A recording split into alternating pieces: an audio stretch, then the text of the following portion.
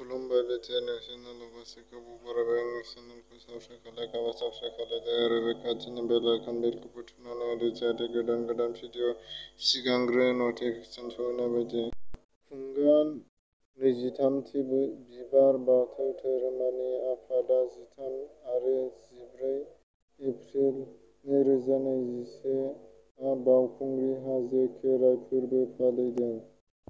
North east public school आगु बैसागो फोरबो फालिदों। रौता उदालगुरियाव देहा फाहामसालियाव सा 7 जन सुबुं जिउ खहा जादों। अक्सिजेन खम जानायनि थाखाय मुम्बाइ नालासोपारा मोनसे देहा फाहामसालियाव कर'ना पजिटिभ गोनां सा 7 सुबुङा अक्सिजेन खम जानायनि थाखाय जिउ गोमानो गोनां जायो। बे जाथायखौ लानानै गोबां सुबुंफोरा दावराव खालामो। मोनहाव कर'ना भाइरासनि साग्लोबनायनि गेजेराव नायफिननो थाखाय थैनाया सुबुंनि गेजेराव नुजादों। बे जाथाया नालासोपारा मुंनि जायगायाव जादों। बे जाथायखौ लानानै गोबां दावराव सोमजियो।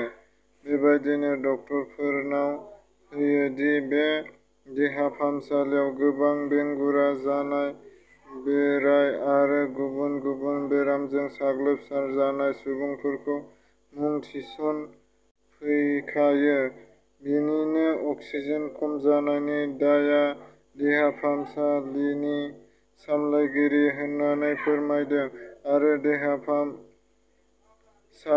सामलायगिरिखौ होखारनाय जादों होननानै बुङो। क'क्राझार जिल्लानि सिङाव थानाय महामाया मन्दिरनि गेजेराव बानायनाय न'निफ्राय सना आरो रुपा गोमायो। क'क्राझार पुलिस बिफानआ फोरमायनाय बायदिब्ला सा 8 सोमोन्दो गोनां सिखावफोरखौ हमबाय आरो बेजों लोगोसे गोबां बिबांनि सना आरो रुपाबो हमनो मोननाय जादों होननानै खौरांआव मोन्नाय जादों। सुशील चन्द्र बिथांखौ भारतारि गोदान बिसारख'थि आय'गनि गाहाय महरै खामानि थिसनबाय आरो बिथाङा मैयानिफ्राय हाबा मावलांनो बिबान नाजावनानै लाबाय।